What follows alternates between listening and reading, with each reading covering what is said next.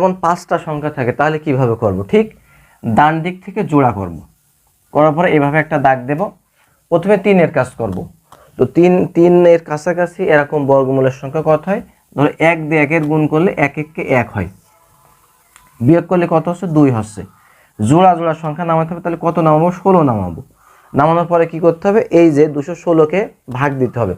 তাহলে প্রথম কি বলেছিলাম? 1-এর দ্বিগুণ হচ্ছে 2 হয়। তাহলে এখানে এমন একটা সংখ্যা নিতে হবে যে সংখ্যাটা এটার কাছাকাছি হবে অথবা মিলবে।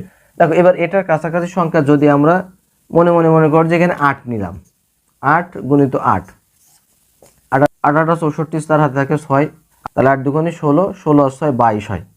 তাহলে 224 হয়ে যাচ্ছে, যেটা এটার থেকে বেশি। তাহলে এর থেকে কম সংখ্যা নিতে হবে, তার মানে কি আমাদের এখানে যদি 7 নিই তাহলে এটা আমাদের মিলবে। দেখো 7 7 49, 9 হাতে থেকে 4, 7 দুগুণে 14, 14 আর 4 15 16 17 18, 189। এবার কি করতে হবে? বিয়োগ দিতে হবে। দেখো এটার থেকে এটার বিয়োগ দিলে আমাদের আসে 27। নিয়ম অনুযায়ী জোড়া নামাবো 84। এবার কি করব? এই সংখ্যাটার আবার দ্বিগুণ করব। তাহলে 17-এর দ্বিগুণ কত হয়? 17-এর দ্বিগুণ হচ্ছে 17 দ্বিগুণে 34 হয়।